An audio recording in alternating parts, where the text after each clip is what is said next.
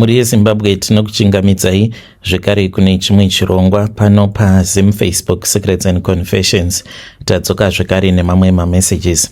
Rekedzai tibva tapinda mumamessages edu atadzoka takakubatirai. Message yedu yekutanga yakamira sekudai so: hanzi makadi zvenyu mukoma, ndinokumbirawo kuti munge muchindiposterawo nyaya yangu makaviga chitupa changu. Ininiwo ndauyawo pano ndiine secret yangu iyo yandiinayo. Izvo ndo zvakaitika pandainge ndichimboshandira imwewo mhuri muHarare kwedu mukoma kumasvingo. Saka ndakati ndaenda kuHarare ndiine imwe friend yangu uyo ainge achishanda sagarden boy. Akaenda nene pane imwe couple avo vainge vaine dzimba dzavo mbiri. Saka vakanga vachida munhu anenge achigara kune imwe imba yavo kwandisingakwanisi kukuudzai, asi kwainge kuri kumasuburbs muHarare. Vainge vari vanhu vainge vaine mari mukomanashi. Business ravo vainge vaine mamine. So murume wacho akabva achizondiudza kuti ainge asingafarire munhu anopota achinamata, especially kana huri usiku, sekuti kana ukamuka washaya hope paya wobva watanga kunamata. Saka akanditi kana uchinamata unofanira kuti unge uchinamata isusu tiripo. Kana kuri kunzi unenge uchida kunamata usiku, unofanira kutanga watiudza kuti uchazomuka uchinamata. So ndakangoti it is okay, but chakandinetsa ndechekuti vanhu ava vainge vatori nezvinzvimbo muchechi, ende pamba dzimwe nguva paitomboya pachitomboitwa ma all night prayers, but vainge vasingadi kuti kana ndiri ndega ndinge ndichizomuka ndichinamata. Ndakazotanga kurota hope. Ndairota hope mukoma ndiri mumain house. Saka mumain house umo, even though vainge vasingagaripo, asi mukomanashi maigara muri clean, kuita sekunge maiva nemunhu aiuya achipota achitsvaira nekudhasta usiku, zvokuti waiti kana ukapinda waitoona ndiro dzinenge dzitori musingi dzichiratidza kuti panenge paine munhu anenge akadzishandisa the previous night. Saka iniwo handina kuda kubvunza. Ndakazotanga kurota hope. Ndairota hope ndichimutswa nevamwe sekuru vangu avo vakasoshaika. Sekuru ava chaindinetsa ndechekuti handina kumbogara ndakavaziva nekuti vakafa isu tisati tatombozvarwa. So sekuru ava mukoma vaiuya kwandiri uko kwandainge ndichigara kucottage, vobva vandimutsa vobva vati nditevere muzukuru. So taibva tachizoenda tose kumain house. Pataipindamo mumba ndaiona kuti munenge muine mafridge akawanda, asi masikati mafridge awa ndainge ndisingambomaoni. Ndaingoona fridge 1 yainge yakatodisconnectewa kumagetsi. Saka vaibva vanditi vhura uone mafridge. Ndaiti ndikavhura mafridge mukoma ndaiona kuti mumafridge munenge muine mabody parts evanhu. Izvi zvakaramba zvichingoitika kuzonosvika rimwe zuva pandakamuka ndiri panze. Chakandinetsa ndechekuti mukomanashi door rainge rakatokiwa nemukati. Ndakazotoshandisa foshoro kuti ndinge ndichizotopasa door mukoma. Ndakaudza vabereki vangu kuti ndo zvandainge ndichisangana nazvo. Vakangonditi rongedza mabhegi ako unge uchidzoka kumusha. Saka ndakati ndarongedza mabhegi angu ndikabva ndachizoudza friend yangu. Iye akabva ati hamira mhani nditaure navo tinzwe kuti vanoti kudii. Mukomanashi handina kana kuda kuzombopamira. Ndakabva ndachizobvapo pamba ipapo ndikaenda ndikanokwira ndikadzoka kwedu kumasvingo. So I discovered kuti friend yangu iyewo aitovawo nemhiko idzo dzaainge achiitiswa nevanhu vaainge achishandira, but ini handina kuda kumirira zvinhu zvakadaro. Ndakazoti ndadzoka kumusha vakati votanga kundifonera vachiti vainge vachida kundibatsira kana kuri kunzi ndikadzoka kubasa, asi vabereki vangu vakati kwete. Vakati kunyange kuno hatidi kukuonai, nekuti vainge vakafonera mudhara vachiti vainge vachida kuuya kuti tinge tichitaurirana. So mudhara vakangovabvunza vanhu ava pafoni kuti mwana wangu pane zvaakaba here pamba penyu. Then ivo vakati kwete, aiwa asi munhu anoshanda ende tinoda kuti arambe achitishandira. Mudhara vakati kwete, ina handichadi kuti mwana wangu arambe achikushandirai nekuti pane zvaakaona pamba penyu zvisingaenderani neropa rake. Vakabva vangodropa call, havana kana kuzombogara vakafonirwa zvekare navo vanhu ivavo. So ndo zvandakambosanganawo nazvo izvi mukoma, apo pandakamboshandira imwe couple kuHarare. ndakazoti ndotanga kurwara ndakazobatsirwa nevamwe madzibaba zvekare avo vakati vanhu ivavo vandaige ndakashandira kuHarare vainge vakaromba, saka ndakatobatsirwawo nemweya wasekuru vangu, ndo vakandipepudza vakati kunyange friend yangu uyo achizototsvaka munhu webasa ainge achitoziva kutoti munhu iyeye achange achizoshandiswa paurombwa. Ndiyo confession yangu yandiinayo. Kana mukaposta muzondizivisawo, ndichange ndichizotevererawo ndiri mucomment section. Vedare ndo message iyo yandakatumidzirwa ichibva kuna mukoma vedu. Kana kuri kunzi unenge uine spiritual encounters awo awakambosangana nawo, you can come to my inbox and tell me your own side of the story. Regedzai tibva taenda panyedu inotevera. Nyedu inotevera yakamira sekudai so. Hanzi makadi zvenyu mukoma, ndinokumbirawo kuti munge muchindiposterawo nyaya yangu makavikawo chitupa changu. Ininiwo ndiri murume uye zvekare ndine makore 42 years ekuberekwa. Mukoma, dai kwanga kuri kunzi shaviri uroi rinokwanisa kukupa upfumi, zvimwe kuda ndingadai ndakapfuma ini. Saka ndakatanga kuroya kana kuti kufamba nevaroi apo pandainge ndichiri ne 12 years. Saka isuwo takangokurirawo munomu muHarare. Maparents angu ivo vainge vakabva kuMalawi vakauya munomu muHarare. Then pamba patainge tichigara painge pakaita kunge pakomboni like paiva nedzimba dzainge dzakawanda pachingoitwa yose yose.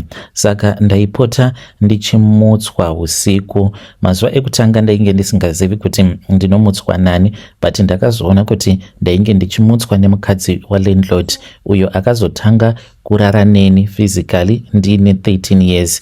Ndo kuzoinitiatwa kwandakazoitwa mune zvinhu zvekuroya. Akazonditemerera nyora dzekutanga dzaakanditemerera ainge ari masikati, then musiku hwacho akabva achizouya kwandiri. Saka mukadzi uyu akazotanga kundimutsa live and direct zvekare nevamwe vakadzi vainge vachigara po ipapo vari maroja, vainge vari vaviri. Saka taifamba takadaro tobva tachizoenda tonotora vamwewo avo vainge vari varoi. Pavakadzi vose ivavo vatainge tichifamba navo vose ndainge ndichirara navo, nekuti ndo mhiko dzacho dzataiita usiku idzodzo. Tikasvika pamba pemunhu tikaona kuti tinenge tisingakwanisi kupindapo pamba ipapo, taitanga tarara tose, then tobva tachizoona dhoo richivhurika, tobva tapinda, tobva siya taroya munhu watinenge tichida kuroya kana kugadzira.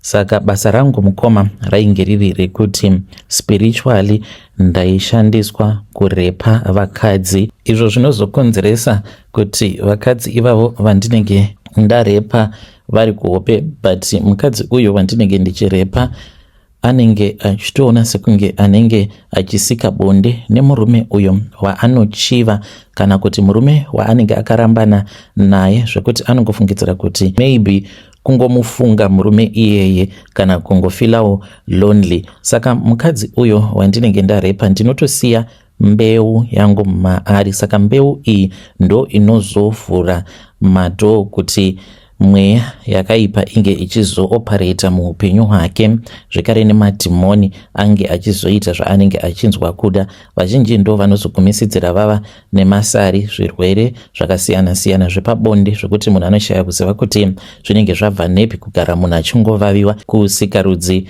kwake. Uye zvekare vamwewo ndo vanoita munyama zvekuti chibereko chinobva chatobloka, zvekuti haazokwanisi kuita mwana zvekare unless kana akazowana munhu anomubatsira. Saka izvi ndakatanga kuzviita kubva ipapo pandakarara naamai avo vainge vari landlord wepamba patainge tichigara pandainge ndichiri ne 13 years. Ndiyo secret yangu. Kana mukaposta nyaya yangu muzondizivisawo, ndichange ndichizotevererawo ndiri mucomment section. Nyedu inotevera yakamira sekudai so. Hanzi mukoma Nashi, iniwo ndine friend yangu uyo anogara muno muPretoria. Izvi ndo zvandakaudzwawo nefriend yangu. Handizivi kuti ndoita izvozvo here kana kuti kwete. Saka friend yangu uyo pose apa taingofungidzira kuti zvimwe kuda ane mbinga yake inomuchengeta, but akazondibudira pachena. So friend yangu uyu ndaigara ndichingotaura naye kuFacebook ndichingoti vasikana nditsvakireiwo basa kana muchitoda maid because ane mari dzake ende akatotenga imba muno muSouth Africa. Ndainge ndichingomuti kunyange uchida maid ndinouya hangu ndikakushandira. So one day ndakabva ndachizomuudza kuti zvinhu zvainge zvisiri kumbondifambira zvachose. Apa murume ainge atonditiza akaba mari kamari katainge takareiza ndokubva achizotiza nekamari ikako. Saka akabatikana mushure mekunge ndamuudza kuti ndainge ndatizwa nemurume anditiza nemari. So after that ndopa akazoti kana ndikazowana mukana ndichazotaura newe. So akabva achizondiudza kuti ndaifanira kuti ndinge ndichizouya kumba kwake. Ndakabva ndachizoenda kumba kwake. This was for the first time. Anogara mukoma kunogara vanhu vane mari dzavo. Ndasvika pamba pake paya ndopa akazongondiudza kuti kana ndiine hana yakasimba ndinokwanisa kutoitawo mari semari yaainayo. Ndikabva ndati ini as for now ndinokwanisa kungoita chero whatever I can do it. Akabva ati are you even sure because zvandikuda kuti unge uchizoita zvinotiremei kuti unge uchizvigamuchira. Akati even one of my cousin sister akazvitadza. Ndikati inini nhamo yandasangana nayo ndinokwanisa kungoita chero chaunenge uchiti ndinge ndichiita. Saka ndipo paakabva achizondiudza kuti ane mamwe maNigerian avo aanoshandidzana nawo. Ndikati okay. Akabva ati but maNigerian awa vanhu vane mari dzavo. Uchiona mari yose yandiinayo mari ndinopiwa nemaNigerian. Mamwe maNigerian acho handisati ndakambosangana nawo physically, ndezvekutongozivana pamafoni. Akabva atora foni yake ndokubva andiratidza rimwe group iro raari mariri. Saka mugroup umu mune vakadzi I think vanosvika kuma 30 something. Saka vakadzi vose ava vanoshanda nemaNigerian. Saka maNigerian awa ivo they are part of a cult. Saka unoti kana ukanzi wapiwa assignment unofanira kuti unge uchitsvaka murume anokumitisa. Akati kana kuri kunzi ukatomitiswa nebenzi mari yaunopiwa inenge yakawanda. Ndikati then after that akati iye as soon as you realize kuti wava nepamuviri unotofanira kutoti unge uchiita abortion. Akabva ati uya kuno. We then went upstairs ndokubva tachizoenda mune imwe room iyoyo inonhuhwa mukomanashi haaitsvaire haaite sei. Akati ndakanzi ndinongoisiya yakadaro. Saka mune rimwe zihari ririmo anoti kana anwa mapiritsi ekuti ange achiita abortion ekusuka chibereko chake. Paanotanga kubleeda paya anenge achipota achitora mvura achizvigeza kusika rudzi kwake. Mvura iyoyo neropa racho zvinenge zvichinyangarika ndokuita mari kwaanoita. Anoti mangwana paanomuka anotowana kuti muaccount make munenge muine mari depending nekuti anenge ametisiwa nemurume akaita sei. Saka iye anoti ndo maitiro acho awo aanoita mari. Akazotangawo mabusinesses ake muno muSouth Africa zvekare nekuZimbabwe. Saka ndangoyawo pano ndikutsvakawo advice. Inini nhamo yandikawada ndanga ndafunga hangu kuti ndinge ndichizviita kusiri kufa kwacho ndekupi. Muri yeZimbabwe ndo message iyo yandakatumidzirwa ichibva kuna vahanzvadzi vedu. Please do not do it. Pamwe panenge paine zvimwe zvinhu zvaasina kukubudirai pachena zvaasina kukuudzai zvokuti you will find out after matojoina. Hanzi ndo maitiro awo anoita friend yangu mari. Rekedzai tibva taenda panyedu inotevera. Hanzi mukomanashi ndadzokazve neimwe nyaya yangu. Ndarangaridzwa nyaya iyi nepost yenyu yamufundisi weZayoja aiva musatanist. Iniwo ndakakurira muchechi iyi. Ndakatanga kuenda kune yainzi FIFCAHSM ndichiri form 2 and zvinoreva kuti Forward in Faith College and High School Ministry. This was Zayoja Similar Youth Movement like iya yainzi Scripture Union Church yaimbova naMwari ende taitonamata zveshuwa tichitonzwa Mwari. Pane church yandaipinda muguta randakakurira taiti tikaenda kugomo kana kuchurch kuma all night prayer waitonzwa kuti pano pari kurema chaizvo ende pachurch pairema unotonzwa kuti pane zviri kuitika munyika yemweya. Iniwo ndakazokura ndikabuda muZimbabwe. Then some years later umwe elder wedu wemakore ndipo paakazobatwa kuti ainge achiita zveun'anga. ndofunga kuti chero kuromba ainge akatoromba. Elder ava vaiva chief intercessor, chief usher and leading elder kune zvevana vachiita machild dedications muchechi yainzi children's ministry. Ini ndinofunga kuti vana vaitotorerwa zvipo zvavo ipapo. Pavakabatwa elder ava, zvakaitika ndezvekuti rimwewo gurupu remuchechi reevangelism rakaenda kunoparidza kune imwe nzvimbo, ndokubva imwe n'anga yatendeuka. N'anga iyi yakazouya kubig sunday kusiti kwaiva naelder ava, ndokubva yavaona vari kumberi vakatogara pazvigaro zvemaelder. N'anga yakabva yabvunza someone kuti uyo murume uyo ndiani pano ende anoita nezvei? Zvikanzi ndielder wedu pano wemakore, sei mabvunza? Zvikanzi ndinomuziva, ndaiita zvekung'anga naye ndisati ndatendeuka. N'anga yakabva yati hanzi ndaitopinda kumatonjeni kumacaves naye tichiita mabira. Shoko rakazosvika kuna mufundisi, vakadzifambira nyaya dzacho. Elder vaya vakabvuma nekuti vainge vafumurwa. Kwakazonotorwa tsvimbo nemachira nemakona zveung'anga etc zvaishandiswa naelder ava kumba kwavo, vachibva vaiswa pasi peshamu sekutaura kwavo vana vaEzekieri. Ini I had long left that place and even Sayoja and moved overseas, but I still have a house near that church. And ndikadzokera kuZimbabwe ndinotopinda pachechi ipapo pandakakurira. That's why ndichiziva noitika. I'm still closely connected to a lot of people vandaipinda navo church ipapo from as young as 14 years. Yambiro yangu kuvateereri ndeyekuti don't just trust anyone muchiti ndi-elder or pastor etc. Tsvakai Mwari pachenyu, and if you feel kuti munhu uyu haasi right, it could be a warning. You imagine, I know elder ava was assigned to pray for a mother and daughter vainge vachirwara zvinenge zviya zvekuroveswa nezvishiri, because ainge ari chief intercessor, aitoenda ega achitonamata navo. I still remember this mother and daughter were very beautiful people, zviya zvokunaka chaizvo panyama. They were so gorgeous and vaiva nemoyo yakanaka chaizvo, vachida Mwari chaizvo. Ameno akavaitirawo godo kubva achizovaisa mhepo. Then they fell into the hands of this elder Ng'anga. Vanhu ava vakazofa mukomanashi unfortunately, and the church was heartbroken. Years later, most of the children vaitoitwa dedication naelder ava vakapedzisira vave mahure zvekuti vaitoona kuti church yakapinda mhepo kare. Don't trust people with your children or a house. Be wise, pray and watch.